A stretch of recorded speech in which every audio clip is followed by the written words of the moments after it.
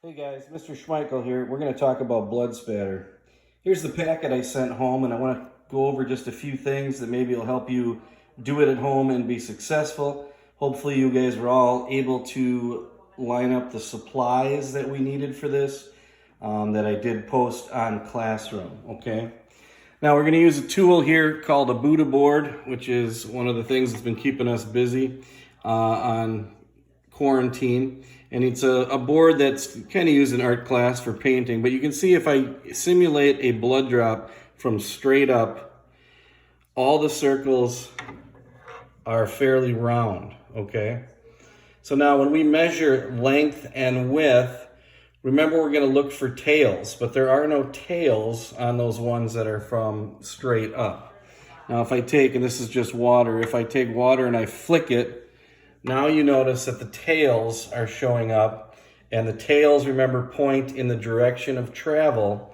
And when we're measuring, for instance, on this one, length and width, obviously length is the way the blood drop is traveling. So the length of the travel would be, this way, and the width would be this way, okay? Now, in the packet that I sent home, read the introduction. There's some good information there. Hey, there's my snake. And this first page shows you how to do the calculations in regards to measuring length and width. So as you look at that, we're using centimeters. Now I know some of you in your measurement skills, remember millimeters are the tiny lines on the ruler, and that makes up 10 of them makes up centimeters. So as you do that, there are some great examples here.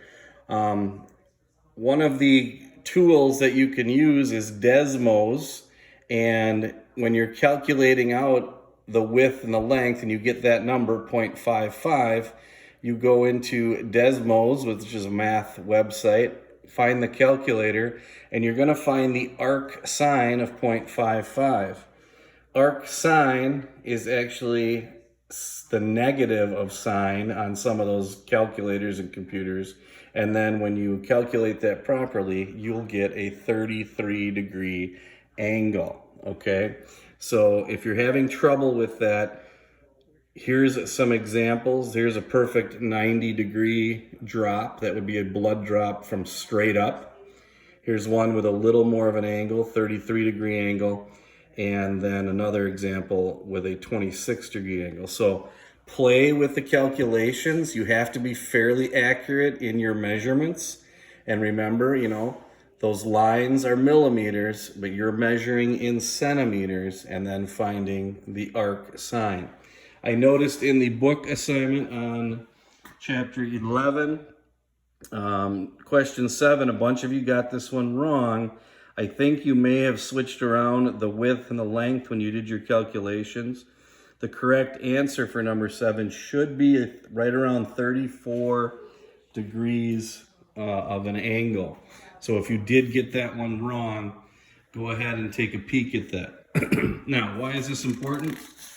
Well, first we've got our point of convergence. If we know the angle of the blood drop, we can determine where it came from and where it traveled. This is also in the packet. If I measure the point of convergence based on the angle of this blood drop, I can trace it back with the angle to where the victim may have been injured or bleeding from, okay? So the first assignment you're gonna have then is this table, okay? Now, you are given 5 blood drops, okay? So you're gonna have to measure blood drop A, length and width, fill it in the packet, and then you're going to find the sine. Now the sine is the first division, and then the arc sine of that is the negative sine, and then the angle. And then it tells you a POC, that is a point of convergence.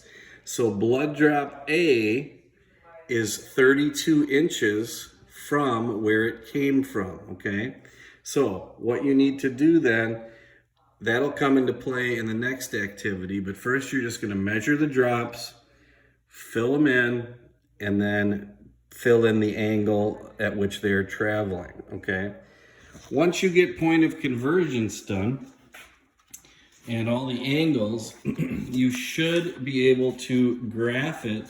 And you'll see on what went home with you, you get this graph paper. This is one where you can do a draft, a graphing draft on. And then I also sent home a final one. So what you'll do then is maybe do a different color for each drop. And you're going to find the angle, point of convergence. You're gonna have to start and see if this is where the victim is on the left. At 0, you're going to go out the 32 inches like it said on point of convergence. Put a dot at your 32 inches. Use your protractor then to find the angle back up to inches above the ground. And the inches above the ground is where the injury or the blood should have came from, okay? So based in the corner here at 0, you go out 32 inches. Use a protractor, find your angle back up that way, okay? So at the end of the day, you're going to have a graph, and I'll just put it on here. You're gonna have a graph that kind of looks like, if that's my graph, you're gonna have some different points of convergence, but they're all gonna kind of generally, with the angle, go up to where the injury should have been. So the blood would have been traveling this way. And I know that's hard to look at on there, but that's what we're looking at. Now, you can do your graph on here at different colors. If you want to do it in Google Sheets or Google Graphs, go ahead and do that.